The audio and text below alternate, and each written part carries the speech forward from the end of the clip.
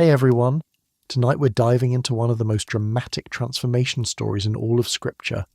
The account of a man who went from hiding in fear to leading an army to impossible victory, from doubting God's presence to demonstrating his power, from the weakest member of the weakest clan to a mighty warrior whose name would echo through the centuries.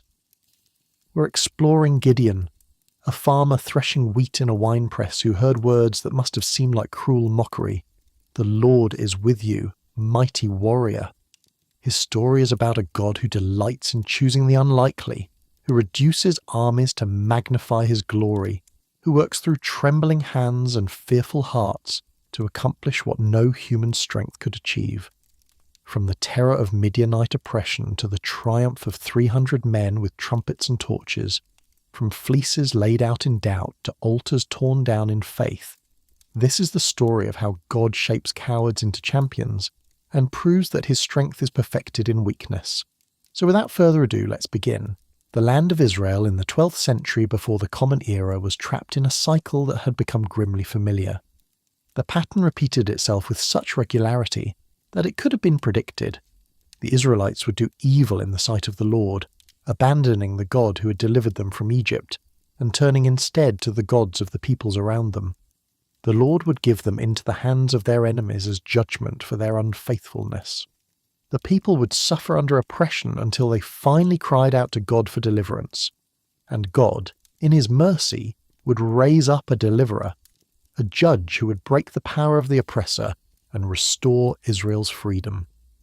The cycle was not new by the time Gideon appeared. It had been grinding away for generations, each revolution eroding a little more of Israel's distinctive identity, each turn making them more like the nations they were supposed to displace. They had conquered the land under Joshua, had received their inheritance, had been warned repeatedly to maintain their covenant faithfulness, to tear down the altars to Baal and Asherah, to worship the Lord alone. But the warnings had gone unheeded.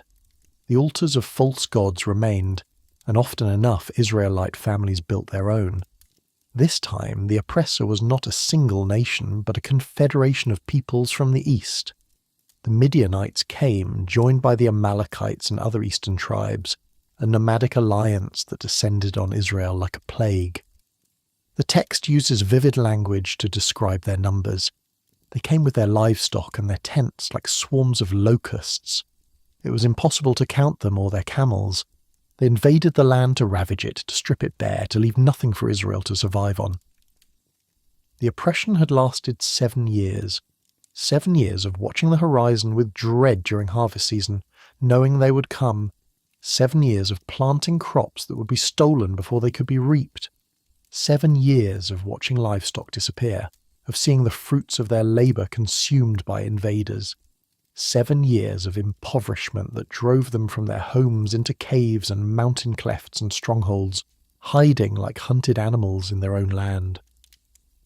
The Midianite strategy was devastatingly effective.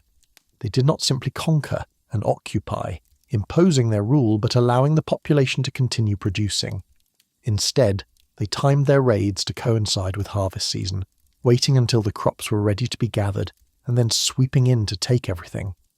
They destroyed what they could not carry away, leaving Israel impoverished and starving, unable to accumulate resources, constantly on the edge of survival. The economic devastation was matched by psychological trauma.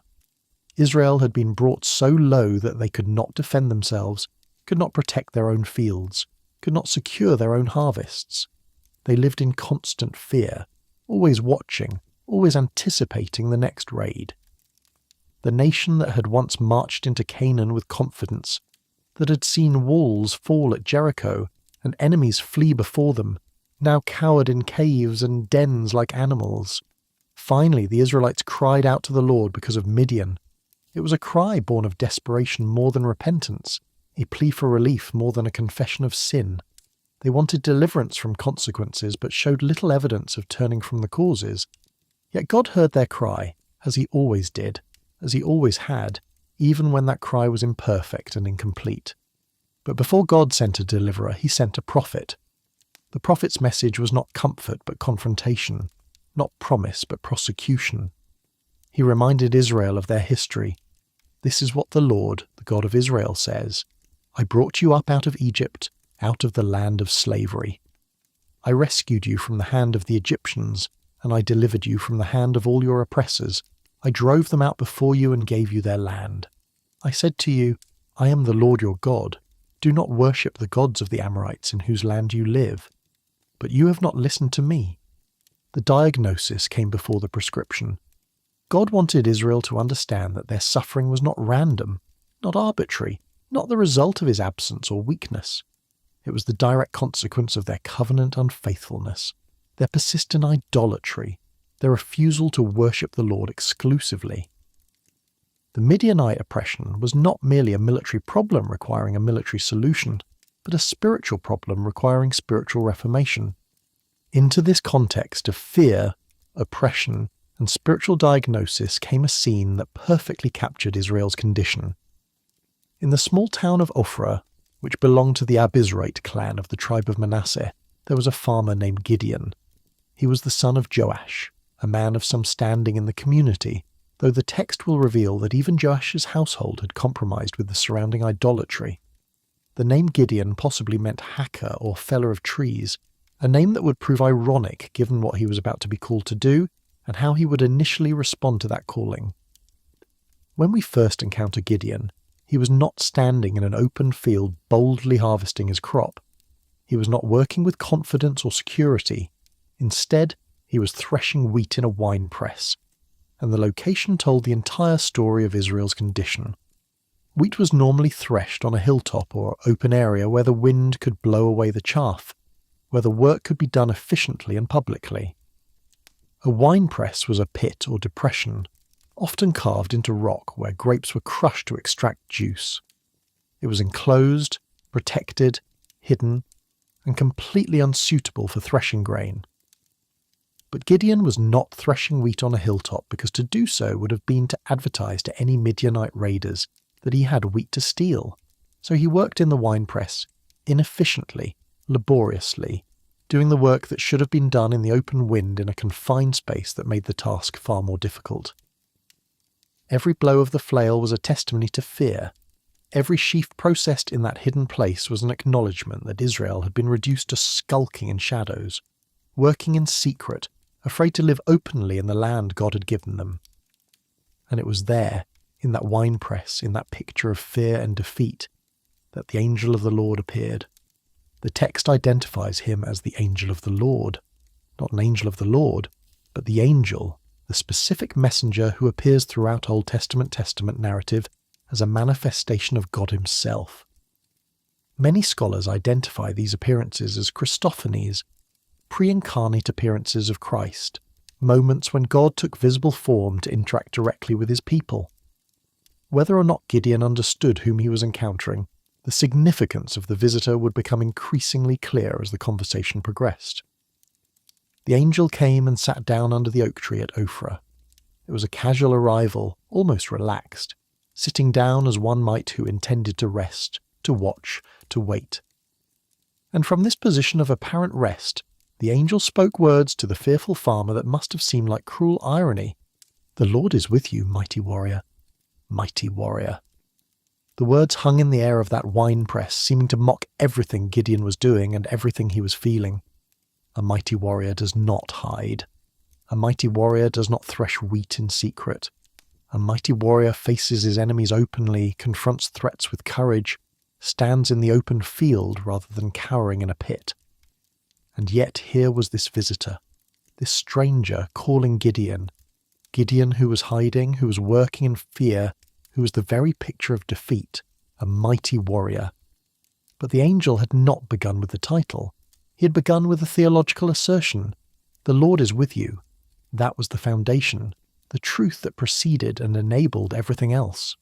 The Lord is with you, not was with you in some golden past when your father saw miracles, not might be with you if you improve your behavior, not will be with you at some future point when you deserve it, but is with you. Present tense, current reality, existing fact regardless of how circumstances appeared. Gideon's response revealed the depth of Israel's spiritual crisis and his own theological struggle. He did not express gratitude or relief at the angel's words. Instead, he challenged them with a question that carried both hurt and doubt. "Pardon me, my lord, but if the Lord is with us, why has all this happened to us? Where are all his wonders that our fathers told us about when they said, 'Did not the Lord bring us up out of Egypt?' But now the Lord has abandoned us and given us into the hand of Midian." It was the cry of a generation that had heard stories of God's mighty acts but had not experienced them personally. Gideon knew the history. His fathers had told him about the plagues in Egypt, the parting of the Red Sea, the manna in the wilderness, the walls of Jericho falling, the sun standing still at Gibeon. These were the stories that defined Israelite identity, the foundational narratives that explained who they were and whose they were. But Gideon looked around at his present reality: Midianite oppression, poverty, fear, hiding in wine presses, and the disconnect between past glory and present misery seemed impossible to reconcile. The question, "If the Lord is with us, why has all this happened to us?" was the question of every generation that suffers, every person who knows God's promises but experiences God's apparent absence, every believer who reads about miracles but sees none. It was honest, raw, perhaps even borderline disrespectful. But God did not rebuke Gideon for asking it. Instead, he responded, not by explaining the why, not by defending his actions, not by giving a theological treatise on suffering and judgment. He responded with a commission. The Lord turned to him and said, "Go in the strength you have and save Israel out of Midian's hand. Am I not sending you?" The command was direct and impossibly ambitious. Go in the strength you have, the strength of a fearful farmer hiding in a wine press, the strength of the least member of the weakest clan, the strength that was currently being used to thresh wheat in secret. That strength, whatever it was, however inadequate it seemed, would be sufficient because the question that followed made clear where the real power resided. Am I not sending you? The rhetorical question carried the weight of divine authority. If the Lord of heaven and earth, the God who had defeated Egypt and parted seas and given Israel the land, was sending Gideon, then Gideon's personal qualifications became irrelevant. The issue was not Gideon's strength, but God's. The question was not whether Gideon was capable, but whether God was faithful. Am I not sending you? And if I am sending you, is anything impossible? But Gideon was not convinced. His response revealed both his awareness of his limitations and his lack of confidence in God's ability to work through them. "Pardon me, my lord, but how can I save Israel? My clan is the weakest in Manasseh, and I am the least in my family." The objection was comprehensive. Gideon identified himself as doubly disadvantaged. His clan was the weakest, and within that weak clan he was the least significant member. By any human calculation, he was the worst possible choice for a military deliverer. He had no army, no resources, no credentials, no experience, no influence. He was a farmer, not a warrior. He was hiding, not fighting. He was by his own assessment a nobody from nowhere with nothing to offer. What Gideon did not yet understand was that these very qualities, his weakness, his insignificance, his lack of natural qualifications, made him exactly the kind of person God delighted to use. Throughout Scripture, God's pattern was consistent.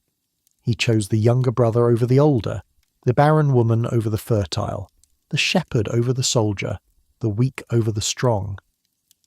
Not because weakness is inherently virtuous, but because when weak people accomplish extraordinary things, everyone knows it was God who did it, not human ability or effort. The Lord answered Gideon's objection with a promise that should have settled every doubt. "I will be with you, and you will strike down all the Midianites, leaving none alive. I will be with you." It was the same promise God had given to Moses at the burning bush, when Moses objected to his own calling. It was the promise that undergirded everything. Not that Gideon would suddenly become capable, but that God's presence would make him adequate for the task, that divine accompaniment would overcome human limitation, that the God who sent also enabled. And the outcome was guaranteed. You will strike down all the Midianites together, as if they were one man. The vast horde that came like locusts that could not be counted, that had oppressed Israel for 7 years, they would be defeated so thoroughly that it would be as if they were a single opponent rather than a multitude. The victory was certain because God had declared it, and God's word did not fail. But Gideon still struggled to believe. Perhaps he was afraid this was some kind of delusion, a hallucination born of desperation, or perhaps he feared that this visitor was not who he claimed to be. Whatever the reason, Gideon asked for a sign. "If now I have found favour in your eyes, give me a sign that it is really you talking to me. Please do not go away until I come back and bring my offering and set it before you." The request for a sign was not necessarily a lack of faith. It was a desire for confirmation, a need for assurance that this encounter was real and this commission was genuine. And remarkably, the angel agreed. "I will wait until you return." Gideon went inside and prepared a meal that was actually an offering. A young goat and unleavened bread made from an ephah of flour, a substantial amount indicating both the seriousness of the occasion and Gideon's resources. He cooked the meat, put it in a basket, poured the broth into a pot, and brought it out to the angel under the oak tree. The angel of God instructed him, "Take the meat and the unleavened bread, place them on this rock, and pour out the broth." Gideon did as he was told. Then the angel touched the meat and bread with the tip of his staff, and fire flared from the rock, consuming the offering entirely. And as suddenly as he had appeared, the angel vanished. The fire was confirmation, not just that the visitor had been authentic, but that the offering had been accepted. The rock became an altar, the meal became a sacrifice, and the divine presence was manifested in consuming flame. But with confirmation came fear of a different kind. When Gideon realized that it was the angel of the Lord, he cried out, "Alas, sovereign Lord! I have seen the angel of the Lord face to face." The response was immediate and visceral. Gideon was terrified not because of what he'd been asked to do, but because of whom he'd been speaking with. To see God face to face was, according to theological tradition, to invite death. No one could see God and live, so said Moses, so said others who had glimpsed divine glory. If Gideon had indeed encountered the angel of the Lord, if he had been in the presence of God himself, then he expected to die. But the Lord spoke to him, now identified directly as the Lord rather than the angel of the Lord, confirming the identity of the visitor, and the words were reassurance. "Peace. Do not be afraid. You're not going to die. Peace. Shalom." The word that meant not just absence of conflict, but wholeness, completeness, wellness in every dimension. Do not be afraid. The command that appears more than any other in Scripture, the constant reassurance from God to his people when they encounter his presence or his purposes. You're not going to die. The fear was unfounded. The encounter, however overwhelming, was not lethal. In response to this encounter, Gideon built an altar to the Lord there and called it "The Lord is Peace," Yahweh Shalom. The altar became a memorial, a permanent reminder of the place where God had appeared, where commission had been given, where fear had been met with reassurance, where a terrified farmer had been called a mighty warrior and promised divine presence for an impossible task. But Gideon could not have known that the altar he built to commemorate peace was about to become the beginning of conflict. His first act of obedience would not be against the Midianites, but against the idolatry in his own household, against the false gods his own father worshipped, against the spiritual compromise that had made Israel vulnerable to oppression in the first place. "The Lord is with you, mighty warrior." The words had been spoken, the commission had been given, the presence had been promised, and Gideon, still fearful but now at least willing to believe that God might actually be calling him, stood at a threshold. Behind him lay the winepress, symbol of 7 years of fear and hiding. Before him lay an impossible task, to deliver Israel from an oppressor that vastly outnumbered and overpowered them, to do it not with his own strength, but with God's presence, to transform from the least of the weakest into a deliverer whose name would echo through history. The mighty warrior had been named.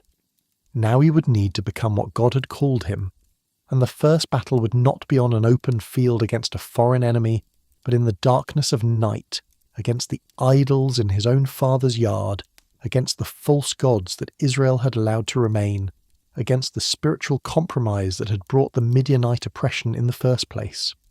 The nation was in fear. The deliverer had been called. And though he did not know it yet, Gideon's greatest battles would not be against Midian, but against his own doubt, his own fear, his own tendency to trust in visible circumstances rather than invisible promises. The Lord had spoken. The Lord had promised. The Lord had called him mighty warrior before he had done anything to earn the title. Now would begin the long, difficult, often terrifying process of becoming what God had declared him to be. Not through his own effort primarily, but through learning to trust that the God who called was the God who enabled, that the Lord who said, "I am with you," could be trusted even when everything visible suggested he was absent, that strength was not found in numbers or weapons or personal courage, but in the presence and power of the God who delights in using the weak to shame the strong and the foolish to confound the wise. The altar Gideon had built stood as a testament to divine encounter and human hope, but it also represented a kind of tension. The Lord is peace. That was the name Gideon had given it, commemorating the reassurance that he would not die for having seen the angel face to face. But peace was not yet what Israel experienced, and peace was not what Gideon's first act of obedience would bring. Before there could be peace with external enemies, there had to be confrontation with internal compromise. That very night the Lord spoke to Gideon again. The commission to deliver Israel from Midian remained, but first there was preparatory work to be done, spiritual ground to be cleared, idolatry to be confronted. And the confrontation would begin not in some distant pagan stronghold, but in Gideon's own household, with his own father's gods. "Take the second bull from your father's herd, the one 7 years old," the Lord commanded. "Tear down your father's altar to Baal and cut down the Asherah pole beside it. Then build a proper kind of altars to the Lord your God on the top of this height. Using the wood of the Asherah pole that you cut down, offer the second bull as a burnt offering." The instructions were specific and laden with symbolism. The second bull, 7 years old, was exactly the same age as Israel's oppression under Midian. It had lived its entire life during the years of suffering, had grown to maturity in the shadow of enemy raids and Israelite fear. And now it would be sacrificed, not to Baal, not on his father's pagan altar, but to the Lord, on an altar built properly according to the pattern God required. But before the sacrifice could be offered to the Lord, the altar to Baal had to be destroyed. This was Joash's altar, Gideon's own father, a man of standing in the community who had apparently compromised with the surrounding idolatry just as Israel collectively had done. Beside the Baal altar stood an Asherah pole, a wooden symbol representing the Canaanite goddess Asherah, consort to Baal in pagan mythology, object of worship that the Torah explicitly forbade. The presence of these idols in Joash's household explained something crucial about Israel's condition. The idolatry was not just national, but familial, not just public, but private, not just in the high places, but in the backyards, not just among the wicked, but among the families that should have known better. If Gideon's own father, a man of substance and influence in the clan, maintained an altar to Baal and an Asherah pole, then how thoroughly had the compromise penetrated Israelite society? How deep was the syncretism that had made room for both Yahweh and Baal, that claimed to worship the Lord while also offering devotion to the gods of the land? The command to tear down these idols was both a test and a purification. It tested whether Gideon was willing to obey God, even when obedience meant confronting his own family, risking his father's anger, potentially alienating himself from his household. And it purified, removing from Gideon's life the very idolatry that had provoked God's judgment on Israel in the form of Midianite oppression. How could Gideon deliver Israel from the consequences of idolatry if he himself lived in a household that practiced it? But Gideon was still the fearful farmer, not yet the mighty warrior the angel had named him. He took 10 of his servants and did as the Lord commanded, but he did it at night, because he was afraid of his family and the townspeople. The obedience was genuine. The courage was still developing. Gideon understood what needed to be done, and was willing to do it, but he could not yet do it boldly in daylight where everyone could see. So he worked in darkness, tearing down the altar stone by stone, cutting down the wooden Asherah pole with his servants' help, building a proper altar to the Lord on the high ground, and using the wood from the pagan symbol to fuel the fire that consumed the sacrifice to the true God. It was an act of desecration from the perspective of Baal worshippers and an act of consecration from God's perspective. The wood that had represented a false goddess now served the worship of the true God. The bull that had lived through 7 years of oppression now died as an offering that declared loyalty to the Lord alone. And Gideon, working by night with trembling hands, took the first real step toward becoming the deliverer God had called him to be. When the men of the town got up the next morning, they discovered what had been done. The altar to Baal was demolished, the Asherah pole was cut down, and on the newly built altar they saw the remains of the sacrifice that had been offered. The response was immediate and visceral. They demanded to know who had done this, and when they learned it was Gideon son of Joash, they came to Joash with a demand that revealed how deeply the idolatry had been woven into the community's identity. Bring out your son. He must die because he has broken down Baal's altar and cut down the Asherah pole beside it. The townspeople wanted blood. In their minds, Gideon had committed sacrilege, had attacked their gods, had violated what they considered sacred. The fact that these gods were false, that the Torah explicitly commanded their destruction, that Israel's covenant was with Yahweh alone, none of this seemed to matter to them. They had made room for Baal alongside the Lord, had integrated Canaanite worship into their religious practice, and now someone had disrupted that comfortable syncretism. He deserved to die. But Joash's response was remarkable, revealing either a latent faith that Gideon's actions had stirred, or a common-sense pragmatism about the nature of deity. Standing before the hostile crowd demanding his son's death, Joash defended Gideon with words that cut to the heart of the matter. Are you going to plead Baal's cause? Are you trying to save him? Whoever fights for him shall be put to death by morning. If Baal really is a god, he can defend himself when someone breaks down his altar. The logic was irrefutable. If Baal was genuinely divine, if he possessed the power his worshippers attributed to him, then he could handle his own defense. He didn't need human beings to avenge his honor or protect his interests. Let Baal respond to the insult if he was capable of responding. But if nothing happened, if Baal remained silent and impotent in the face of this attack, then perhaps the townspeople needed to reconsider whom they were worshipping. It was a challenge not just to the crowd, but to Baal himself. Prove you are real, or admit through your silence that you are nothing but wood and stone, imagination and tradition, a god without power because gods without reality have no power. The crowd apparently saw the wisdom in Joash's argument, or perhaps they feared to push further against a man of his standing. They did not kill Gideon, but they did give him a new name, a nickname that would stick with him and become his alternate identity, Jerubbaal, which meant let Baal contend with him, or let Baal defend himself against him. What was intended perhaps as mockery, let's see if Baal strikes you down, became instead a badge of honor, a constant reminder that Gideon had confronted false gods and lived, that he had torn down idols and suffered no divine retribution, that the gods of Canaan were impotent against those who served the God of Israel. From this point forward, Gideon would be known by two names. Gideon, his given name, meant something like hacker or fella. Jerubbaal, his earned name, identified him as the man who challenged Baal. Both names, in different ways, pointed to destruction. Trees felled, altars demolished, false gods confronted. And though Gideon did not yet look like a mighty warrior, he had won his first battle, not against Midian, but against the idolatry that had made Midian's oppression necessary. The destruction of the Baal altar accomplished something beyond the physical removal of pagan symbols. It demonstrated to Gideon that obedience to God, even when costly and frightening, could be done. He had feared his family's response, had worried about the townspeople's reaction, had done the work at night because daylight seemed too dangerous, but he had done it, and nothing catastrophic had happened. His father had defended him. Baal had not struck him down. The earth had not opened to swallow him. The fears that had kept him hiding in a wine press, that had made him question whether God was truly with Israel, were beginning to be confronted by the reality of God's faithfulness. Yet even as Gideon was taking these first trembling steps of faith, the external threat remained.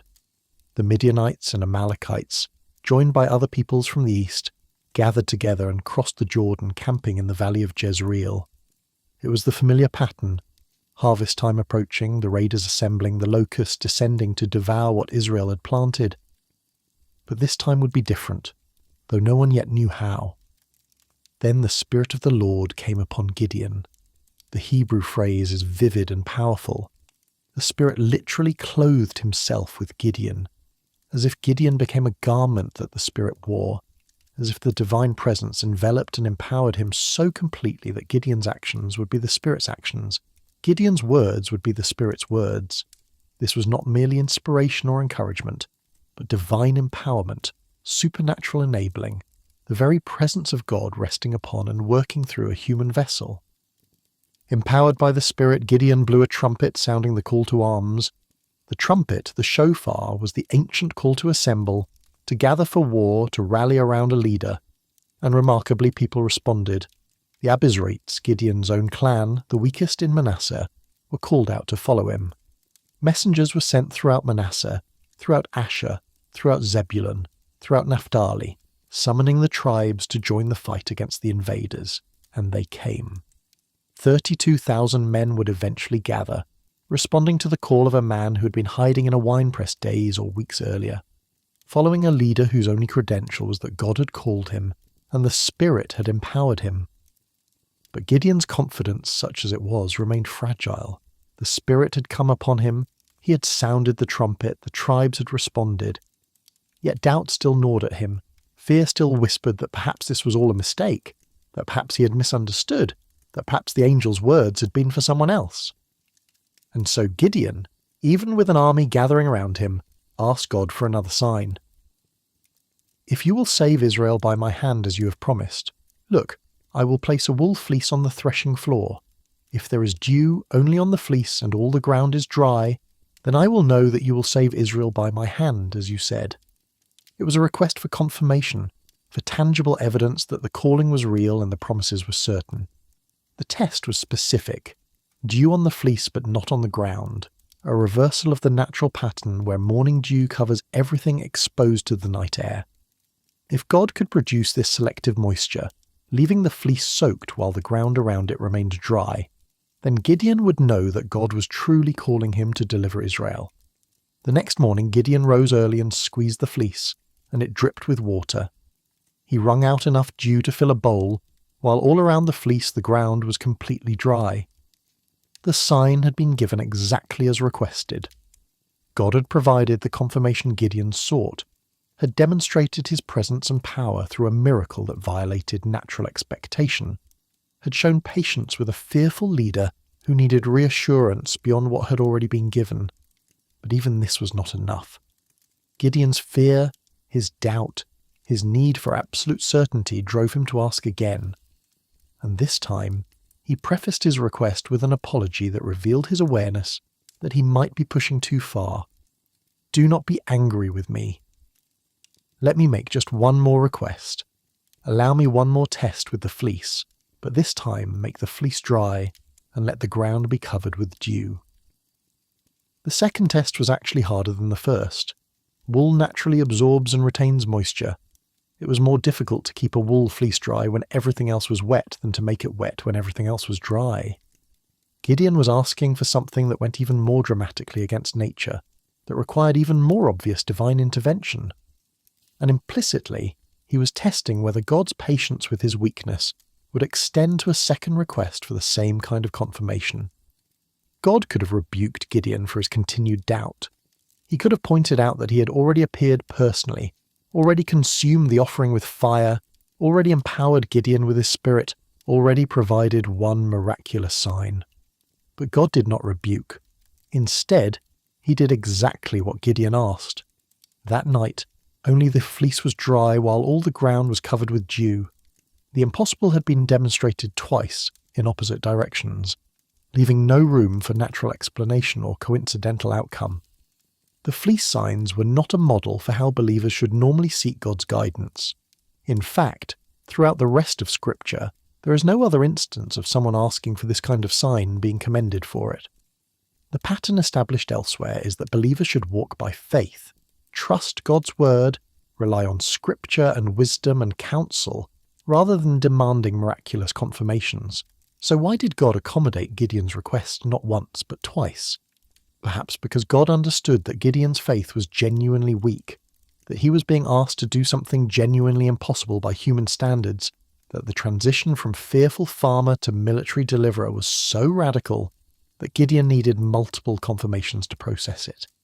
Perhaps because this was early in Gideon's journey with God, a relationship that was just beginning, and God was willing to meet him where he was rather than where he should have been. Perhaps because God delights in demonstrating his patience with weak faith, showing that his commitment to his purposes is not derailed by human doubt, that he can work with the fearful and uncertain as readily as with the bold and confident. Or perhaps because the fleece signs were not primarily about Gideon's faith, but about establishing for Israel and for history that what was about to happen was not Gideon's idea, not a military strategy that just happened to succeed, not a lucky victory, but a divine deliverance orchestrated and empowered by God from start to finish. When the story was told in later generations, no one could claim that Gideon had acted on his own initiative, or that Israel's deliverance was the result of human cleverness. God had appeared, God had called, God had confirmed, God had provided signs, and then God would provide victory in a way that left no doubt about the source. With the fleece signs completed, with confirmation piled upon confirmation, with every excuse for doubt addressed, and every reasonable need for reassurance met, Gideon prepared to lead the assembled army against the Midianite coalition. 32,000 men had gathered, not a massive force by ancient Near Eastern standards, but substantial enough to mount a credible resistance against the raiders, or so it would seem. But God had other plans, and those plans would involve reducing Gideon's army so drastically that human strength would be eliminated as an explanation for victory, so that when Israel won, every Israelite and every Midianite would know beyond doubt that the Lord had done it, that the God who called Gideon and confirmed his calling through multiple signs was about to demonstrate that his strength was perfected in weakness, that his power was most evident when human resources were most inadequate. Gideon had taken his first steps of obedience, tearing down the Baal altar, building an altar to the Lord, sounding the trumpet to gather the tribes. He had received his confirmations, the fire consuming his offering, the Spirit clothing him with power, the fleece wet and dry according to his requests.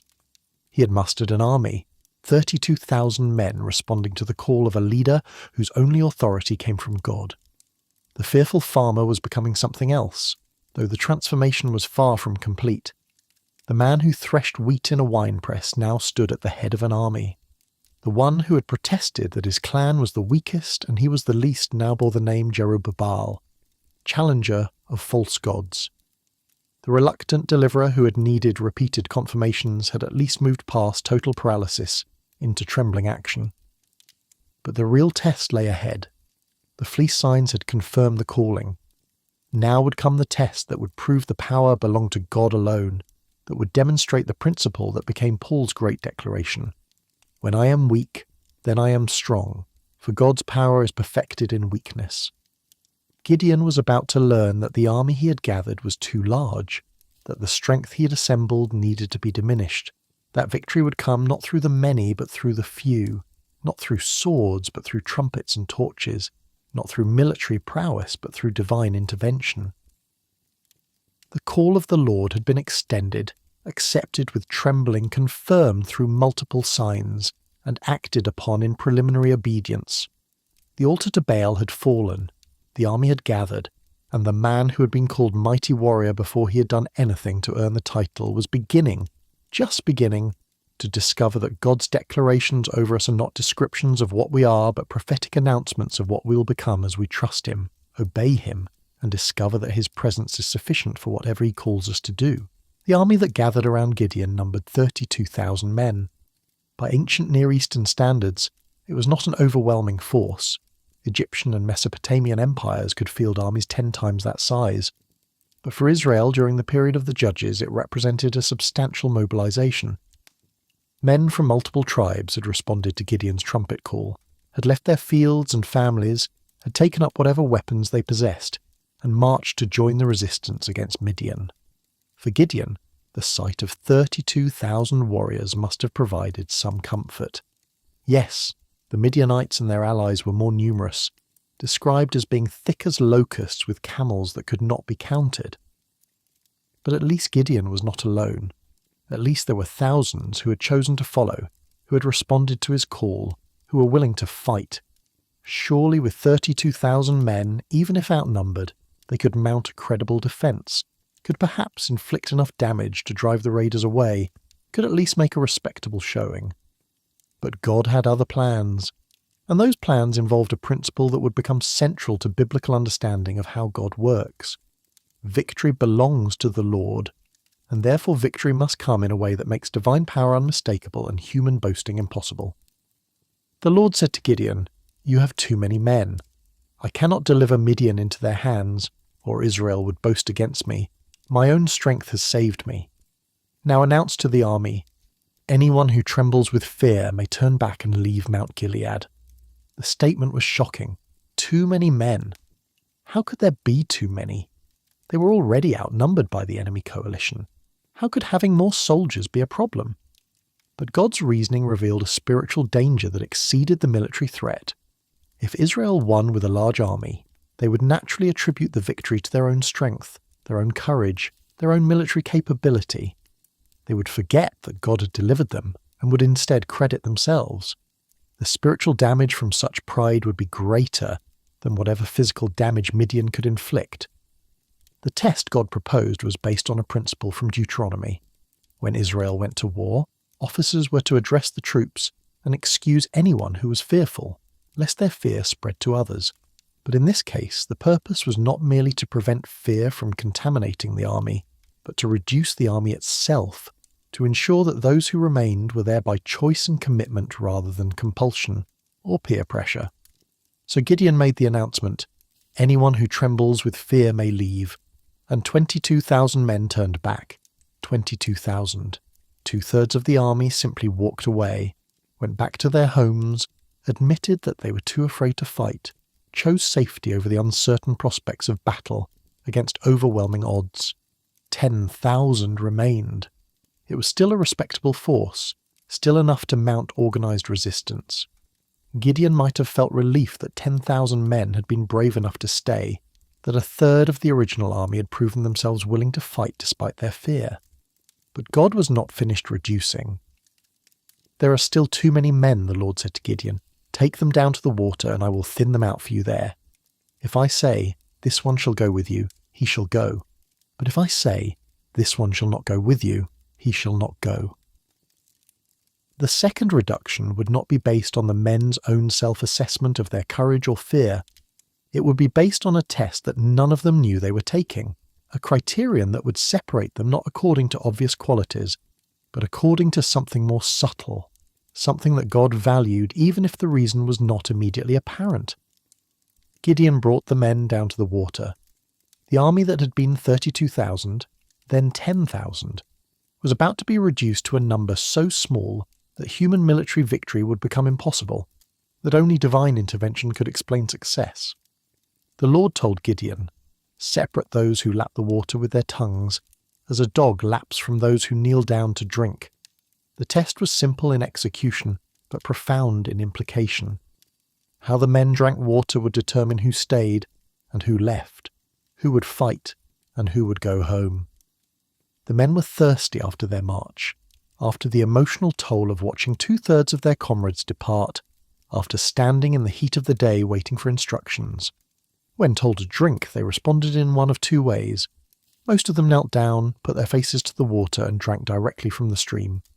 It was the natural way to drink deeply, to satisfy thirst completely, to take in water efficiently. 9,700 men drank this way, but 300 men drank differently.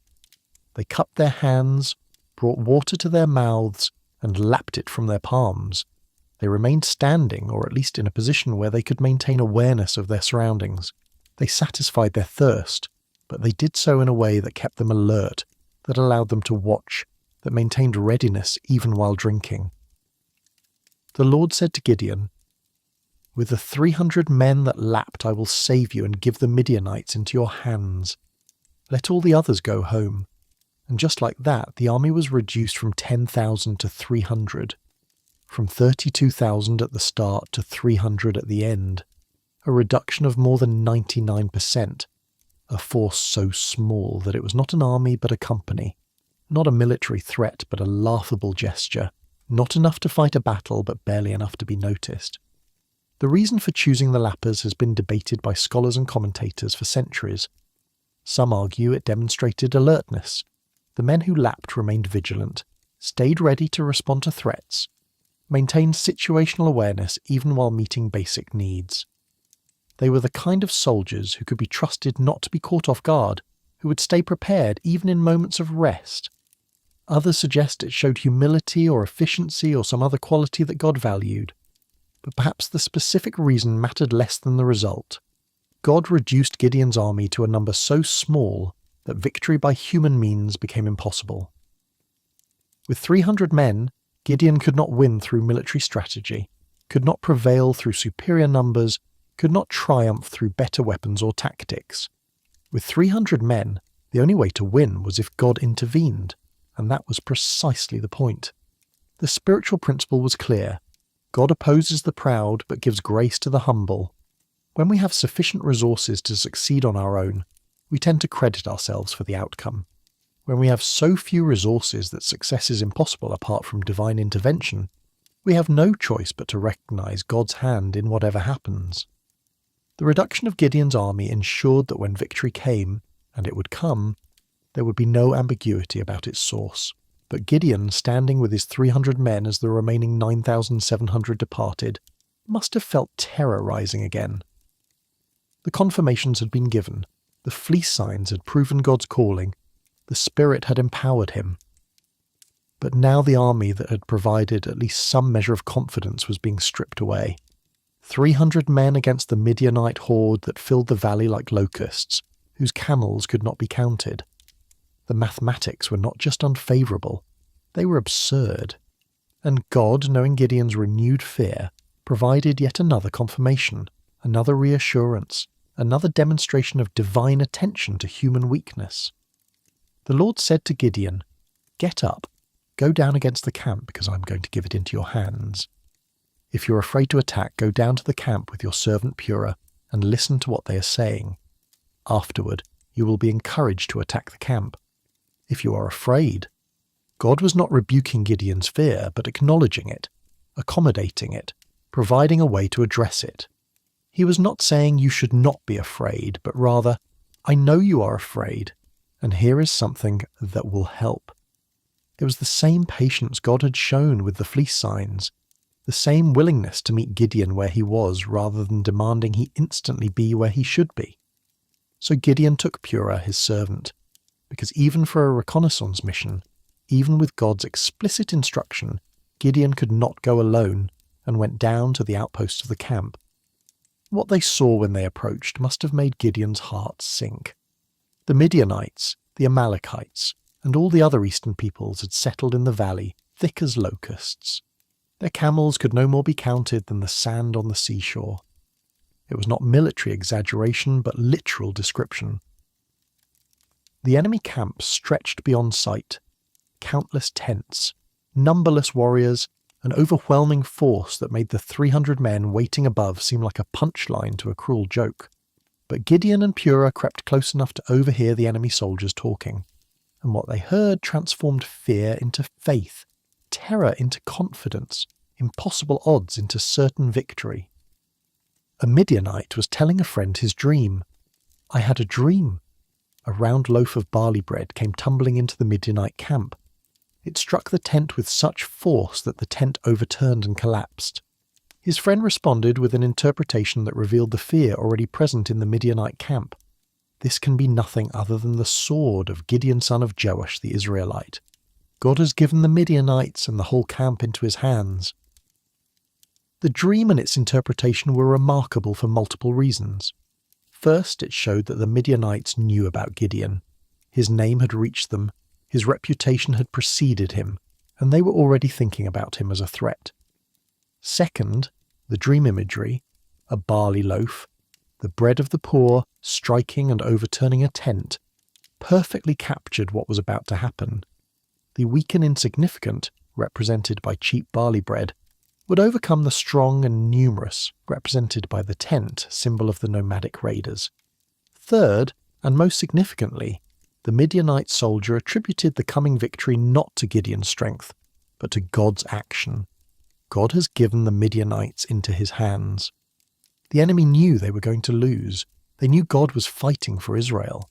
They knew that Gideon, despite his small force, was going to triumph, because the God of Israel had decreed it. The psychological battle was already won. The physical battle would be merely the outworking of what was already determined. When Gideon heard the dream and its interpretation, he bowed down and worshipped. Not worshipped the dream or the interpretation, but worshipped the God who had arranged for him to hear it at precisely the moment when he needed encouragement most. The fear that had driven him to ask for fleece signs, that had required multiple confirmations, that had needed God's permission to scout the enemy camp, that fear was finally being overcome by faith. Not faith in himself, not confidence in his army, not trust in military strategy, but faith in the God who had called him, who had confirmed the calling repeatedly, who had reduced the army to ensure the glory would be his alone, and who had now revealed that the enemy was already demoralized and expecting defeat. Gideon returned to the Israelite camp and called out to his 300 men, "Get up! The Lord has given the Midianite camp into your hands." The declaration was not based on military analysis or strategic assessment. It was based on divine promise confirmed through multiple signs, and now reinforced by the overheard dream. Victory was certain not because the odds were favourable, they were dramatically unfavourable, but because God had declared it, and God's word does not fail. The stage was set for one of the most unusual battles in military history. 300 men would face countless thousands. The weapons would not be swords and spears, but trumpets, jars and torches. The strategy would not be direct assault, but psychological warfare orchestrated by God. The outcome would not be determined by military prowess, but by divine intervention that would turn the enemy's weapons against themselves. The army had been reduced to the point where human pride was impossible. The confirmations had been given to the point where faith was reasonable. The enemy had been revealed to be already defeated in their own minds, already expecting the God of Israel to give them into Gideon's hands. And Gideon, the fearful farmer who had hidden in a winepress, who had needed multiple signs to believe his calling, who had torn down his father's altar at night because he was afraid, that same Gideon was about to become the mighty warrior the angel had named him, not through his own courage or strength, but through learning to trust that when God calls, God enables, and when God promises, God performs. The reduction of the army was complete. The 300 remained, and they were enough, not because of their number or their skill or their courage, but because God had chosen them, because God had declared victory, and because God's power is perfected in weakness. The principle Paul would later articulate was about to be demonstrated on the battlefield. When we are weak, then we are strong, because God's strength is made perfect in our weakness, because his power shows most clearly when human resources are most inadequate. Gideon stood with his 300. The army God had reduced to ensure glory went where glory belonged. The Midianites filled the valley, unaware that their own dreams were prophesying their defeat, that the God they didn't worship had already determined their fate. And somewhere in that moment, between the reduction of the army and the battle that would follow, the transformation of Gideon reached a new stage. The mighty warrior was no longer just a title spoken over a fearful man.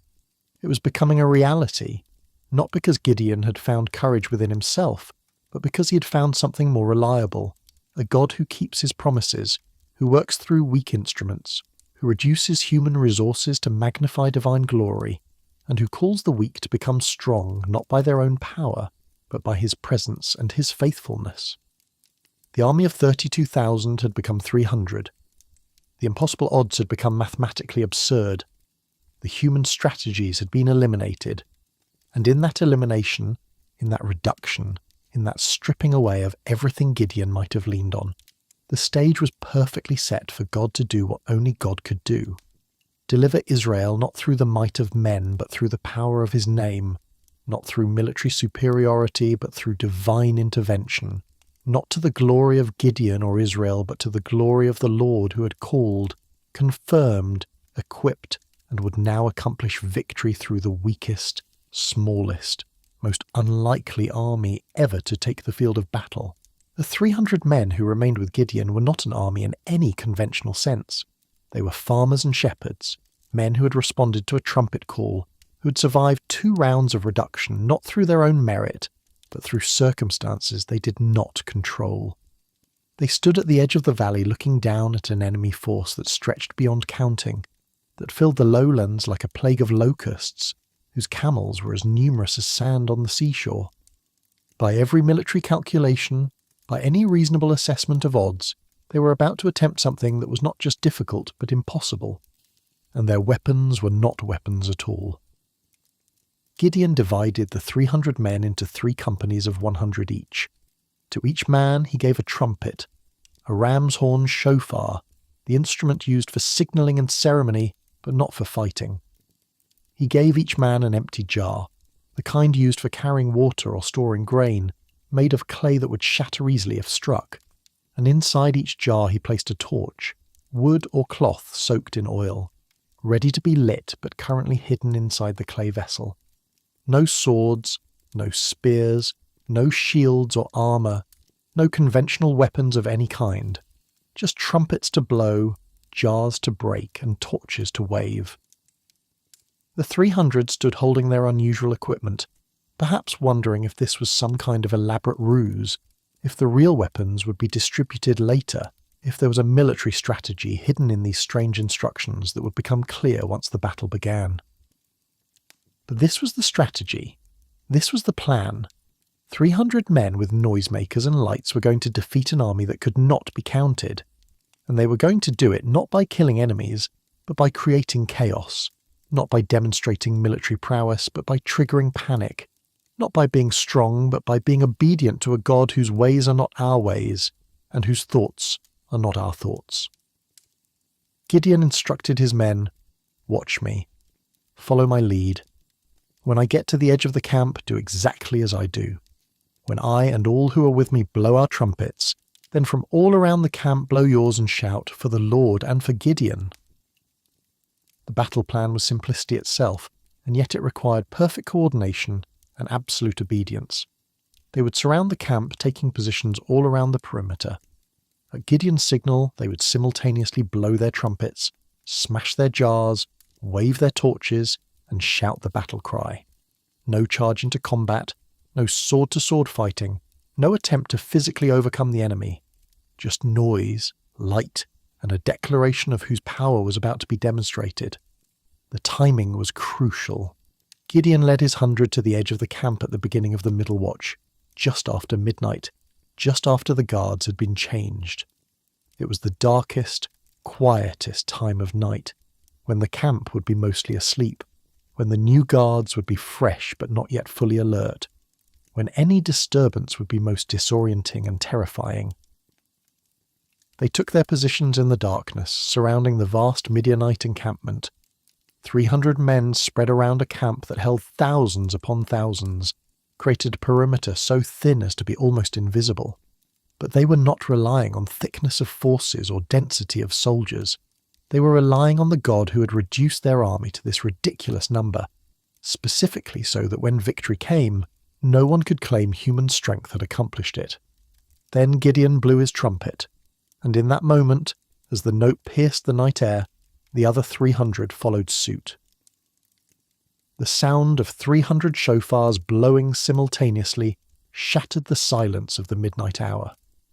And immediately the men smashed their jars, the clay shattering loudly as it broke, the torches suddenly visible all around the perimeter of the camp, creating the illusion of a massive force surrounding them with lights as far as the eye could see in the darkness. And they shouted, "A sword for the Lord and for Gideon!" The effect on the Midianite camp was exactly what God had intended. Awakened suddenly from sleep by trumpet blasts from all directions, seeing lights surrounding them on every side, hearing the battle cry declaring that the God of Israel and his chosen commander had come against them, the Midianites panicked. In the confusion and darkness, with trumpets sounding and torches blazing and shouts echoing from all around, they could not tell how large the attacking force was. All they knew was that they were surrounded, that an attack was underway, that they needed to defend themselves. And so they grabbed their weapons and began striking out at the shapes they saw moving in the darkness. But the shapes they saw were not Israelites. They were other Midianites, other Amalekites, other soldiers from the Eastern Coalition. In the chaos and terror, unable to distinguish friend from foe, they turned their swords on each other. The Lord set every man's sword against his comrade throughout the whole camp. The coalition that had united to oppress Israel now slaughtered itself, warrior striking warrior, ally killing ally, the massive army destroying itself from within, while the 300 Israelites stood at the perimeter blowing trumpets and waving torches. The panic spread like wildfire through the camp. Men ran in every direction, some trying to fight, some trying to flee, all of them confused and terrified. The army that had been thick as locusts, that had seemed invincible in its numbers, that had terrorized Israel for 7 years, that army broke and ran. They fled toward Bethshittah, toward Zererah, toward the border of Abel Meholah near Tabbath, running for their lives from an enemy that had not even engaged them in direct combat. As the Midianites fled, Gideon sent messengers throughout the hill country of Ephraim, calling the tribe to action. Come down against the Midianites and seize the waters of the Jordan ahead of them as far as Bethbara. The Ephraimites had not been part of the initial 300, had not participated in the trumpet and torch assault, but now they were called to pursue and destroy the fleeing enemy. They captured the fords of the Jordan, cutting off the Midianites' escape route, trapping them between the pursuing Israelites and the river. And all the men of Israel from Naphtali, Asher, and all Manasseh were called out, and they pursued the Midianites. What had begun with 300 men blowing trumpets became a regional mobilization as the tribes joined the pursuit, chasing down the scattered remnants of the once formidable coalition. The psychological victory achieved by the 300 enabled a broader military victory as the fleeing enemy became easy prey for the pursuing Israelites. The Ephraimites captured 2 of the Midianite leaders, Oreb and Zeb. Their names meant raven and wolf, predatory names for men who had preyed on Israel for 7 years. They killed Oreb at the rock of Oreb and Zeb at the winepress of Zeb. The locations where these commanders died became memorialized by their names, permanent reminders of the night when Israel's oppressors were brought down. And they brought the heads of Oreb and Zeb to Gideon, who had crossed the Jordan in pursuit of what remained of the Midianite force. The victory was complete and undeniable. The army that had come like locusts, that had stripped Israel bare year after year, that had driven God's people into caves and dens, had been routed by 300 men with trumpets and torches. The battle had been won without Israel striking a single blow in the initial assault, without conventional weapons, without military strategy as any general would recognize it. It had been won exactly as God had promised it would be, by his hand, through his power, in a way that left no doubt about who deserved the glory. But even in victory, or perhaps especially in victory, human nature began to assert itself in ways that would reveal the ongoing challenge of maintaining unity and humility among God's people. The men of Ephraim confronted Gideon with anger in their voices. "Why have you treated us like this? Why didn't you call us when you went to fight Midian?" Their complaint revealed wounded pride, a sense of having been excluded from glory, resentment at being called in only for the pursuit rather than for the main battle. They had helped secure the victory by capturing the Jordan fords and killing the Midianite commanders, but they wanted to have been there from the beginning, to have been part of the dramatic trumpet and torch assault that would be told and retold in Israelite stories for generations. It was a moment that could have fractured the alliance, could have turned victory into internal conflict, could have demonstrated that Israel's real enemy was not external oppressors, but their own pride and tribal jealousies. A less wise leader might have pointed out that God, not Gideon, had determined who would participate in the initial assault. A more defensive leader might have reminded them that they had not been part of the original 32,000, had not offered themselves when the trumpet first sounded. An angry leader might have told them that they should be grateful to participate at all, rather than complaining about the timing of their involvement.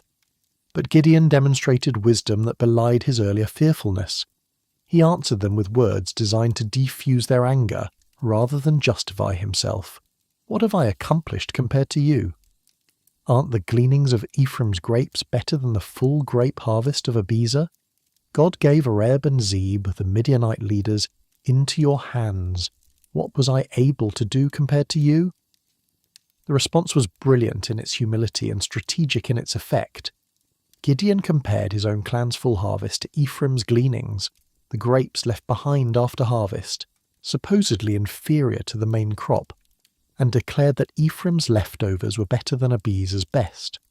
He credited Ephraim with the capture and killing of the Midianite commanders, treating that as the greater accomplishment even though the initial rout had created the conditions that made their capture possible. He minimized his own role. What was I able to do compared to you? Deflecting glory to them rather than claiming it for himself. At this, their resentment subsided. The anger that had threatened to create conflict dissipated in the face of Gideon's gracious response. It was a small but significant victory, a demonstration that the mighty warrior God was shaping in Gideon was not just a military leader, but someone learning to navigate the complex dynamics of tribal politics with wisdom that sought peace rather than vindication. Yet even as this conflict was resolved, Gideon and his 300 men pressed on in pursuit of what remained of the Midianite army. They were exhausted, their bodies pushed beyond normal limits by the night assault and the subsequent pursuit. But they kept going, determined to complete the victory God had given them, to ensure that the Midianite threat was not just defeated but destroyed. They came to the town of Sukkoth and asked the officials there, "Give my troops some bread. They are worn out, and I am still pursuing Zebah and Zalmunna, the kings of Midian." Zebah and Zalmunna, their names meant sacrifice and shelter denied, were the supreme leaders of the Midianite coalition, more important than Oreb and Zeb, the ultimate prizes in this pursuit. Gideon and his exhausted 300 were chasing them, and they needed provisions to continue. But the officials of Sukkoth, Israelites who should have supported their own people's deliverer, refused with contempt. "Do you already have the hands of Zebah and Zalmunna in your possession? Why should we give bread to your troops?" Their skepticism was evident.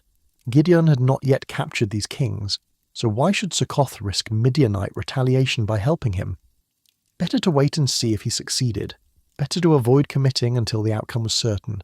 Better to protect themselves rather than support God's chosen deliverer. Gideon responded with a vow, "Just for that, when the Lord has given Zebah and Zalmunna into my hand, I will tear your flesh with desert thorns and briars." It was a promise of punishment, harsh and specific, that would be remembered when the pursuit was complete. From there, Gideon went to Peniel and made the same request for bread, and the men of Peniel answered as the men of Sukkoth had done, with the same skepticism and the same refusal. Gideon's response was equally harsh. "When I return in triumph, I will tear down this tower." The refusals by Sukkoth and Peniel revealed something troubling about Israel's condition. Even as God was delivering them through Gideon, even as the Midianite oppression was being broken, there were Israelites who doubted, who refused to support their own deliverer, who calculated that protecting themselves was more important than participating in the victory God was accomplishing. It was a preview of divisions that would continue to plague Israel, of the difficulty in maintaining unity even among those who should have been united by shared identity and shared faith. But Gideon continued the pursuit, refusing to let exhaustion or lack of support stop him from completing what God had begun. Zebah and Zalmunna were at Karkor with their forces, about 15,000 men, all that remained of the armies of the east, for 120,000 swordsmen had fallen. The numbers told the story of devastation, from an uncountable horde to 15,000 survivors, from military dominance to desperate flight, from oppressors to fugitives. Gideon went up by the route of the nomads east of Nobah and Jogbehar, taking an unexpected path, attacking the unsuspecting camp. When he struck, Zebah and Zalmunna fled, but Gideon pursued them and captured both of them, routing their entire army. The kings of Midian, the leaders who had orchestrated 7 years of oppression, who had reduced Israel to hiding in caves, who had stripped the land bare year after year, they were now prisoners of the man who had been threshing wheat in a winepress when God called him. The battle was over. The victory was complete. 300 men with trumpets and torches had routed an uncountable army. The Lord had given Midian into Gideon's hands exactly as he had promised, exactly as the fleece signs had confirmed, exactly as the Midianites' dream had prophesied. Not through military might, not through superior numbers, not through conventional weapons or tactics, but through divine intervention that used the weak to shame the strong, that accomplished through impossibility what could never have been achieved through human capability. Gideon returned from battle, and the victory everyone had witnessed raised a question that would test whether he had learned the lesson the entire campaign had been designed to teach, that glory belongs to God alone, that human leaders are instruments rather than sources of deliverance, that the point of reducing the army and using unconventional methods was to ensure everyone knew it was the Lord who had saved Israel, not human strength or wisdom. The trumpet blasts had echoed through the valley, the torches had blazed in the darkness. The enemy had destroyed themselves in panic and confusion, and the 300 men who had stood at the perimeter, who had done nothing but obey God's unusual instructions, had witnessed a victory that could only be attributed to divine power. The mighty warrior had emerged, not because Gideon had found courage within himself, but because he had discovered that when God calls, God equips, when God promises, God delivers, when God reduces human resources to nothing, it is only to demonstrate that his resources are more than sufficient. The fearful farmer had led an impossible victory. But the real test was still ahead. Whether in victory he would remember whose victory it was, whose power had accomplished it, and whose glory it was meant to display. Gideon returned from battle with Zebah and Zalmunna as his prisoners, the kings of Midian who had orchestrated 7 years of oppression, now captive and humiliated. The victory was complete, the enemy routed, the threat eliminated. Israel was free from the locusts that had descended every harvest season to strip the land bare. The caves and strongholds where Israelites had hidden could now be abandoned. The wine presses where men had threshed wheat in fear could return to their proper use. The deliverance God had promised had been accomplished. But victory, as Gideon was about to discover, brings its own dangers. The battlefield tests courage and obedience. The aftermath of victory tests character and wisdom. And in some ways, the tests that follow triumph are more difficult than the tests that precede it, because success breeds confidence that can easily become pride, because achievement creates expectations that can distort perspective, because being the instrument of God's deliverance can make us forget that we are instruments, not the source. Gideon's first action after returning from battle was to fulfill the vows he had made when Succoth and Peniel refused to provide bread for his exhausted troops.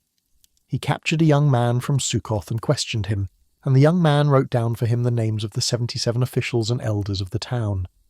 These were the men who had refused aid, who had mocked Gideon's pursuit of the Midianite kings, who had calculated that protecting themselves was more important than supporting God's deliverer. Gideon came to the men of Succoth and said, "Here are Zebah and Zalmunna, about whom you taunted me by saying, 'Do you already have the hands of Zebah and Zalmunna in your possession? Why should we give bread to your exhausted men?' Then he took the elders of the town and taught them a lesson by punishing them with desert thorns and briars. He tore their flesh with the thorns, making them pay painfully for their refusal to help, for their skepticism toward God's deliverer, for their unwillingness to risk supporting Israel's cause. At Peniel, Gideon's punishment was even more severe. He pulled down the tower of the town and killed the men who had refused him. The tower likely served as both defense and symbol of the town's strength, and its destruction demonstrated that no human fortification could stand against the one God had chosen to deliver Israel. The executions were harsh, final, a declaration that refusing to support God's work when called upon carried consequences beyond missed opportunity. These punishments reveal something troubling about Gideon. He was right that Succoth and Peniel had failed to support him when they should have, that their refusal was rooted in fear and self-preservation rather than faith and covenant loyalty. but the severity of his response, particularly the executions at Peniel, suggested that personal offence had become mixed with divine justice, that the line between punishing covenant disloyalty and avenging personal insult had blurred. The trend continued with Zeba and Zalmunna. Gideon did not kill them immediately, though as captive enemy kings they could have been executed as a matter of course. Instead, he questioned them. "What kind of men did you kill at Tabor?" "Men like you," they answered, "each one with the bearing of a prince." Gideon's response revealed that this was not just about military victory or national security, but about personal vengeance. "Those were my brothers, the sons of my own mother. As surely as the Lord lives, if you had spared their lives, I would not kill you." The story behind this declaration was not elaborated in the text, but the outline was clear. At some point during the 7 years of Midianite oppression, Zeba and Zalmunna had killed Gideon's brothers at Mount Tabor. Perhaps it had been during a raid, perhaps the brothers had been part of some earlier resistance. Whatever the circumstances, Gideon had not forgotten, and now, with the Midianite kings in his power, the opportunity for vengeance had arrived. He turned to Jether, his oldest son, and commanded, "Kill them." It was a way of initiating the young man into warfare, of giving him the honour of executing the enemies who had killed his uncles. But Jether was still a boy, and he was afraid. He did not draw his sword, could not bring himself to kill the captive kings, stood paralysed between his father's command and his own inability to follow through. Zeba and Zalmunna, showing a kind of dignity even in their final moments, addressed Gideon directly. "Come, do it yourself. As is the man, so is his strength." They were asking to die at the hands of a warrior rather than a frightened boy, seeking an honourable death rather than humiliation. And Gideon obliged, killing both kings himself. Then he took the ornaments, crescent-shaped decorations, off their camels' necks, claiming them as trophies of victory. With the Midianite threat eliminated, with the kings dead and their army destroyed, Israel turned to Gideon with a proposal that revealed how easily gratitude can slide into idolatry. How naturally people look to human deliverers rather than to the divine deliverer who works through them. "Rule over us," the Israelites said to Gideon, "you, your son, and your grandson, because you have saved us from the hand of Midian." It was a request for dynasty, for hereditary monarchy, for a system where Gideon and his descendants would rule as kings over Israel. The language was significant. "You have saved us." Not "God has saved us through you," but "you have saved us," as if the deliverance had been Gideon's accomplishment rather than God's, as if the reduction of the army and the trumpet and torch strategy had been about human cleverness rather than divine design, as if the victory belonged to Gideon rather than to the Lord. Gideon's response was theologically correct and deserves to be honoured. "I will not rule over you, nor will my son rule over you. The Lord will rule over you." He refused the kingship, declined the dynasty, rejected the proposal that he and his descendants should occupy the throne. It was the right answer, the faithful response, recognition that Israel already had a king and did not need human monarchy to replace divine sovereignty. The refusal of kingship was Gideon's finest moment in some ways. After all the confirmations he'd needed, all the signs he had requested, all the fear he had battled, he now demonstrated that the victory had taught him something crucial.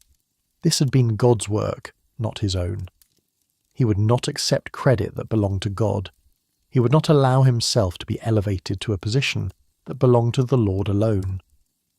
Israel's king was Yahweh, and that throne was not available to human occupants. But then Gideon made a request that would taint his legacy and trap Israel in the very idolatry he had once confronted by tearing down his father's Baal altar. "I do have one request," Gideon said, "that each of you give me an earring from your share of the plunder." The Midianites and Amalekites, being Ishmaelites, wore gold earrings, and the plunder from defeating them had been substantial. The request seemed innocent enough, a reward for leadership, compensation for the deliverer, spoils for the victor. The Israelites agreed readily. They spread out a garment, and each man threw onto it an earring from his plunder. The weight of the gold earrings was 1,700 shekels, approximately 43 pounds of gold, an enormous amount. Besides the ornaments, the pendants, the purple garments worn by the kings of Midian, and the chains that were on their camels' necks. The wealth accumulated was staggering, testimony to the scale of the Midianite defeat and the extent of their resources. Gideon took the gold and made an ephod, which he placed in Ophrah, his town. And here is where the story takes its tragic turn. All Israel prostituted themselves by worshipping it there, and it became a snare to Gideon and his family. The ephod was supposed to be a sacred vestment worn by the high priest, containing the Urim and Thummim used to inquire of God. Perhaps Gideon's intention was to create a means of seeking God's guidance without having to travel to the tabernacle at Shiloh. Perhaps he wanted to establish Ophrah as a centre of worship, to commemorate the place where he had torn down Baal's altar and built an altar to the Lord. Perhaps he thought he was creating something that would honour God and serve Israel's spiritual needs. But whatever his intention, the result was disaster. The golden ephod became an object of worship itself. Israelites came to Ophrah not to inquire of God, but to venerate the ephod, not to worship the Lord, but to treat this golden object as if it were divine. The very thing Gideon had made to honour God became a replacement for God, an idol that drew devotion away from the one who deserved it. The text's language is deliberately harsh. All Israel prostituted themselves by worshipping it. It was spiritual adultery, covenant unfaithfulness, the same pattern of idolatry that had brought the Midianite oppression in the first place. Gideon had torn down his father's Baal altar, had challenged false gods, had delivered Israel from the consequences of their idolatry. But now, through his own creation, he had given them a new idol, a new object of false worship, a new means of turning away from the Lord. The ephod became a snare to Gideon and his family, a trap that would bring them down, a source of spiritual compromise that corrupted what should have been a legacy of faithfulness. The mighty warrior who had been raised up to deliver Israel from external oppression had inadvertently created internal corruption, had replaced one form of idolatry with another, had given Israel a golden object to worship just as Aaron had once created a golden calf in the wilderness. The victory over Midian had been complete and God-glorifying, but the aftermath of victory revealed that winning battles does not automatically produce spiritual maturity, that being used by God for deliverance does not make one immune to creating snares, that even those who have seen God work powerfully can make decisions that undermine what God has accomplished through them. Yet during Gideon's lifetime, the land had peace 40 years. The number 40 appears repeatedly in Judges. Othniel brought 40 years of peace, Deborah and Barak brought 40 years of peace, and now Gideon brought 40 years of peace. It was a generation, a substantial period during which Israel was not oppressed by external enemies, when they could live in their land without fear of raiders, when harvests could be gathered without panic. But the peace was maintained by Gideon's presence more than by Israel's faithfulness. The ephod stood in Ophrah throughout these years, a constant source of spiritual corruption, a snare waiting to fully spring once the deliverer was gone. And Gideon himself lived in ways that contradicted his refusal of kingship, ways that suggested he had not fully learned the lessons his victory should have taught him. Jerubbaal, son of Joash. The text uses his full name and nickname. The one who challenged Baal went back home to live. He had many wives, as kings did, accumulating women as if he were royalty despite refusing the title.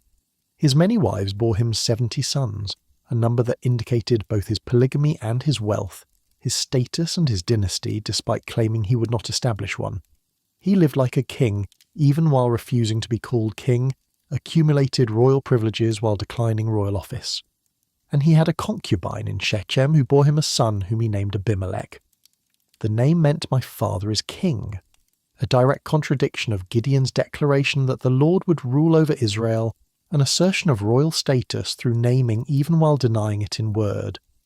The son born to the concubine, given a name that claimed kingship, would become the instrument through which the consequences of Gideon's compromises would fully manifest.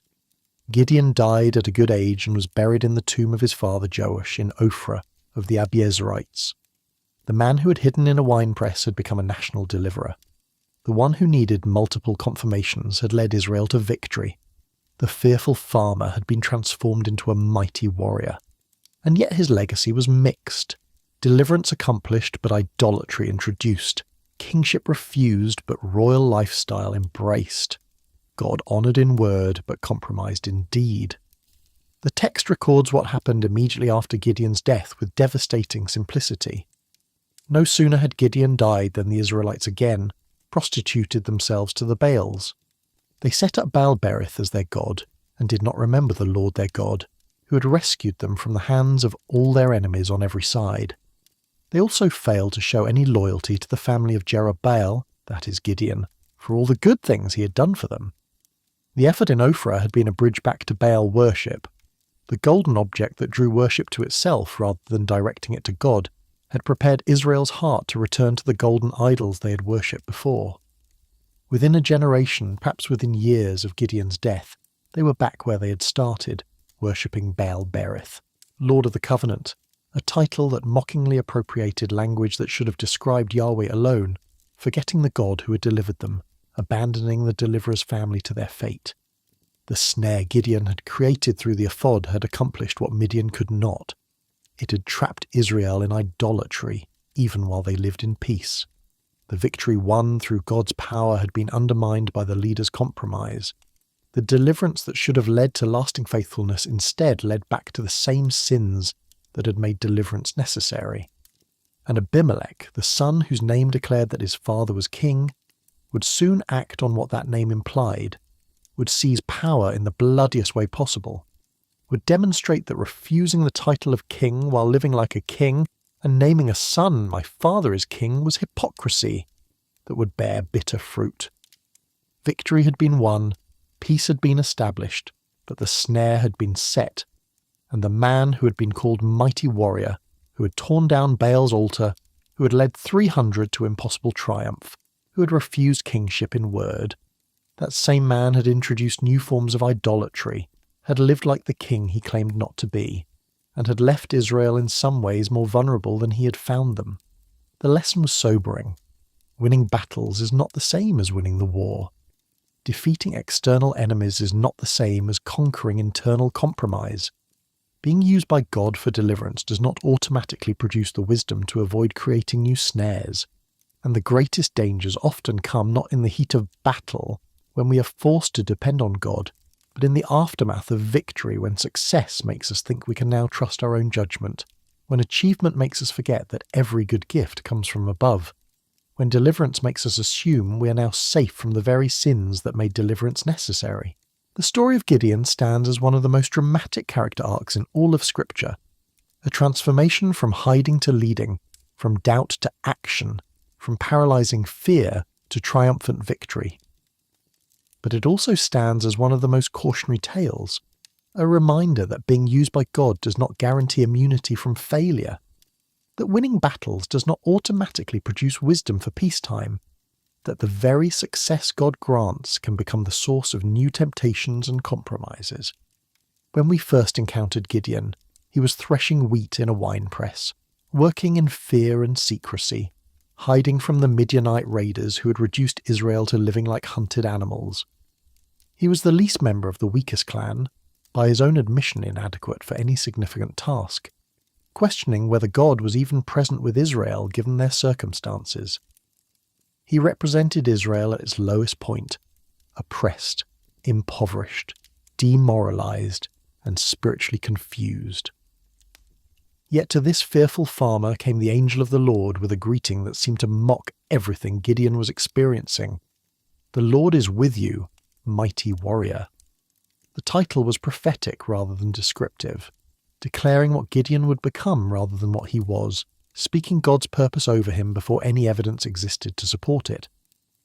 And that pattern, God declaring identity before it manifests, calling people by what they will be rather than what they are, became central to how Gideon's transformation unfolded. God's patience with Gideon's weakness was remarkable. He provided sign after sign, confirmation after confirmation, accommodation after accommodation of Gideon's need for reassurance.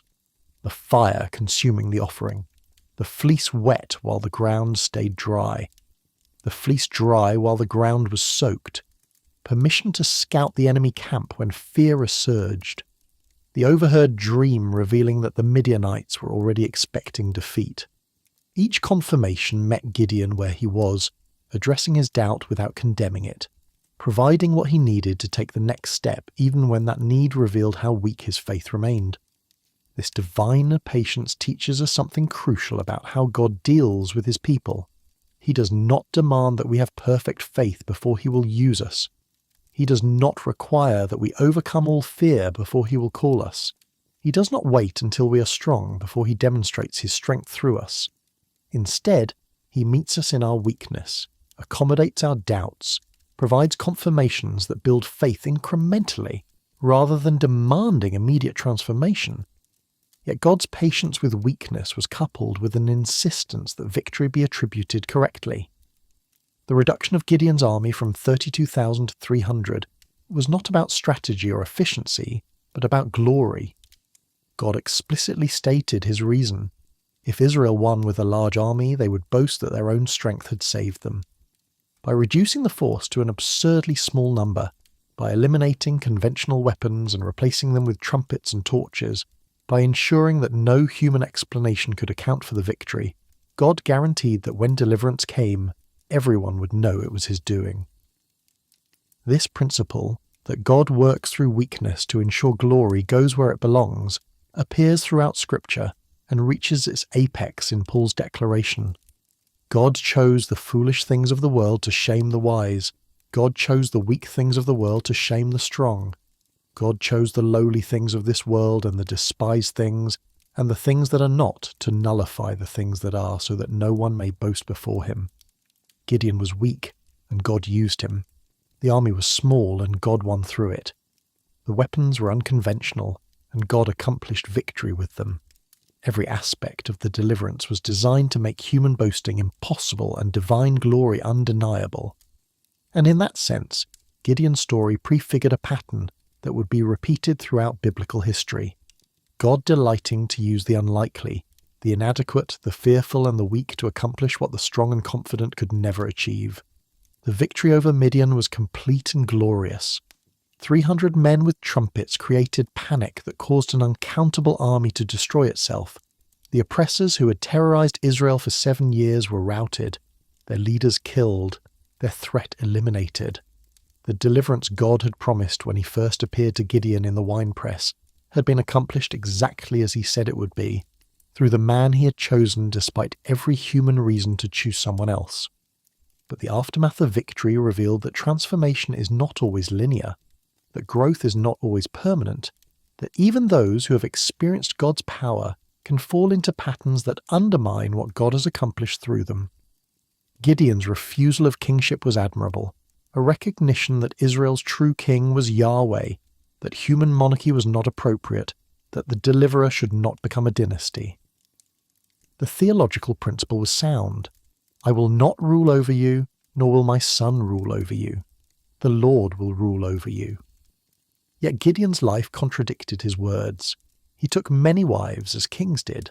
He fathered 70 sons, building a dynasty in everything but name. He named one son Abimelech. My father is king. A declaration that his father held royal status even while claiming he did not.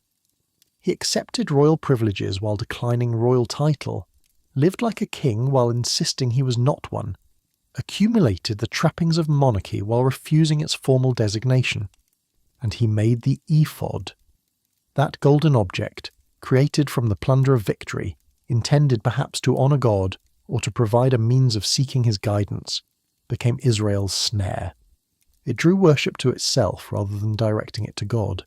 It became an idol in Ophrah, a false object of devotion that prepared Israel's heart to return to the Baal worship they had supposedly abandoned. The man who had torn down his father's Baal altar, who had challenged false gods and lived, now inadvertently created a new form of idolatry that would outlive him and trap his people. The tragedy of the ephod was that it emerged from victory rather than defeat, from success rather than failure, from a moment when Gideon should have been most aware of God's power and most committed to pure worship. But perhaps that is exactly when we are most vulnerable, when we have seen God work powerfully and begin to think that our judgment is now reliable, that our ideas are now sound, that we can now create things that will honour God without carefully examining whether we are actually introducing compromise. The 40 years of peace during Gideon's lifetime testified to God's faithfulness and to the genuine deliverance that had been accomplished. Israel was not oppressed during this period, could live in their land without fear, could harvest their crops without raiders descending. But the peace was fragile, maintained by Gideon's presence more than by Israel's faithfulness, built on a foundation that included the golden ephod in Ophrah drawing worship away from the Lord. And when Gideon died, the true condition of Israel's spiritual state was revealed. No sooner had Gideon died than the Israelites again prostituted themselves to the Baals. The ephod had been a bridge back to Baal worship. The compromise Gideon introduced had paved the way for Israel to return to the very idolatry that had brought the Midianite oppression. Within a generation, perhaps within years, they had forgotten the God who delivered them, forgotten the deliverer he had used, and returned to the false gods that had no power to save. The cycle that defined the book of Judges had repeated itself once more. Israel did evil, God brought judgment through an oppressor. Israel cried out, God raised up a deliverer, the deliverer brought victory, Israel enjoyed peace, and then Israel returned to evil. Gideon's story fit the pattern perfectly, but with the added tragedy that the deliverer himself contributed to the conditions that made the next cycle inevitable. Yet despite all his flaws, despite the ephod and the many wives and the son named My Father is King, despite the vengeance that became too personal and the compromises that trapped Israel, Gideon is remembered among the heroes of faith. The writer of Hebrews, listing those who, through faith, conquered kingdoms, administered justice, and gained what was promised, includes Gideon by name. He stands alongside Barak, Samson, Jephthah, David, Samuel, and the prophets as one whose faith, however imperfect, accomplished something significant in God's purposes. This inclusion is not an endorsement of everything Gideon did. It is not a minimization of his failures or a suggestion that the ephod was acceptable. It is instead a testimony to the nature of biblical faith, that it is not perfection but direction, not flawlessness but trust, not the absence of doubt but the willingness to obey despite doubt, not complete transformation accomplished instantly, but a journey of growth that includes setbacks alongside progress. Gideon's faith was demonstrated in his obedience despite fear, in his willingness to tear down his father's altar even at night, in his response to God's calling even when he questioned it, in his leadership of 300 men against impossible odds, in his refusal of kingship recognizing that God alone should rule.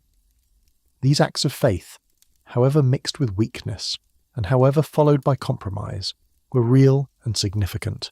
They accomplished deliverance for Israel, broke the power of oppression, demonstrated God's might, and showed that God can work through deeply flawed instruments. The lessons of Gideon's story speak across the centuries to every generation of believers. First, that God calls the unlikely and uses the weak. That our inadequacy is not a disqualification, but often a prerequisite for being used by God in ways that bring him glory. Gideon's weakness was not despite what God wanted to accomplish, but part of how God chose to accomplish it, ensuring that no one could claim human strength had achieved what only divine power could do.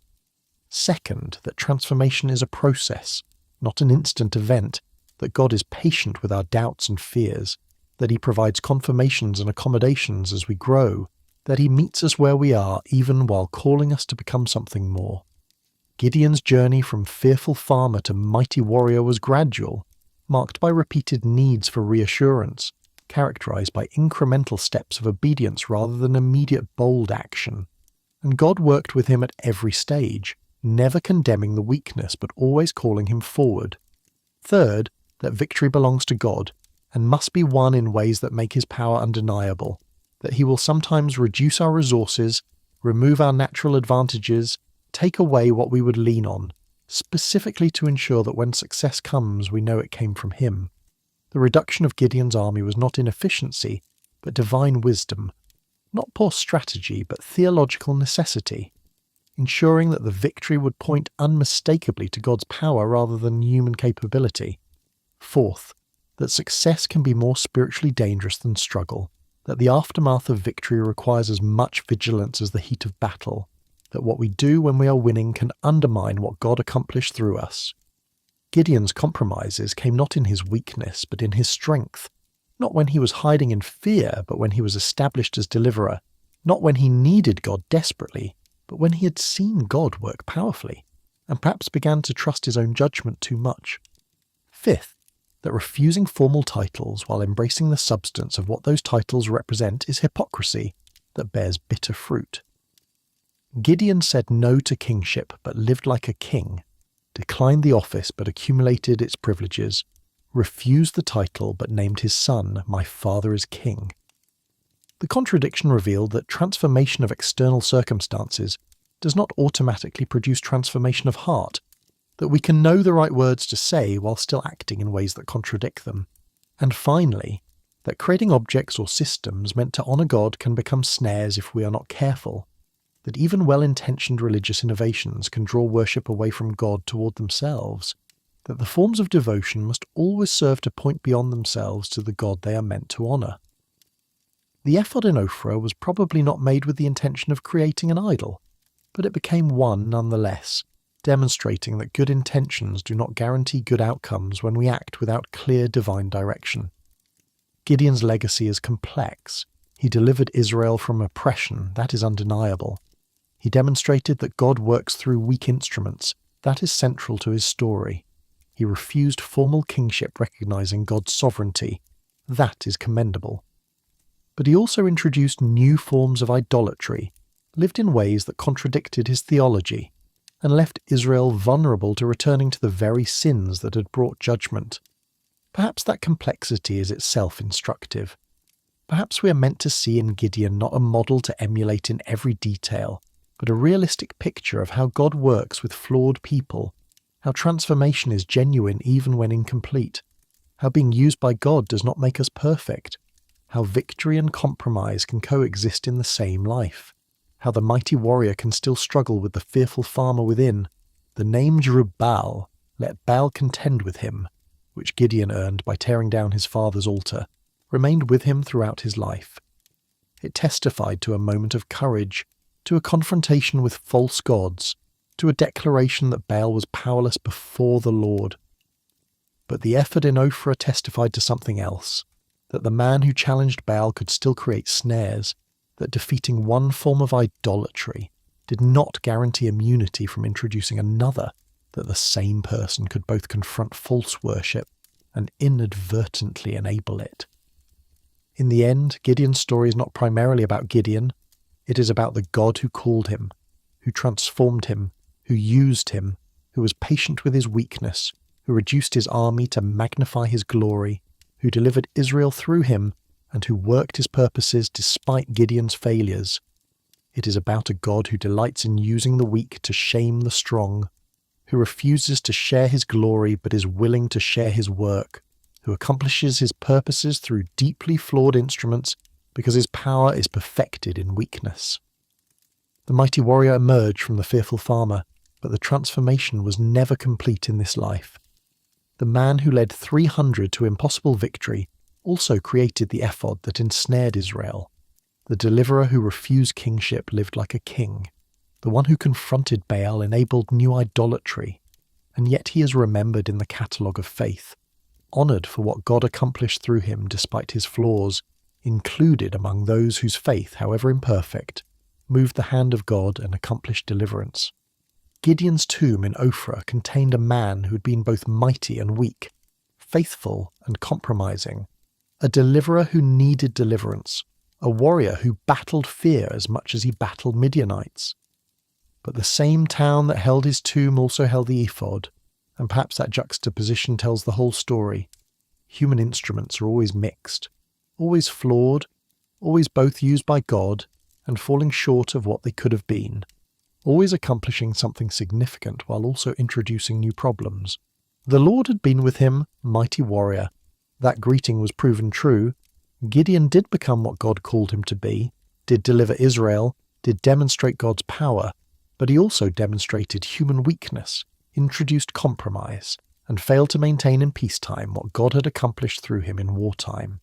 He was both victor and failure, both hero of faith and cautionary tale, both mighty warrior and fearful farmer who never completely left the winepress behind. And perhaps that is the most important lesson of all, that God uses people like us, that his purposes are accomplished through flawed instruments, that being in the catalogue of faith does not require perfection, but does require faith, however mixed with doubt, however accompanied by failure, however incomplete the transformation.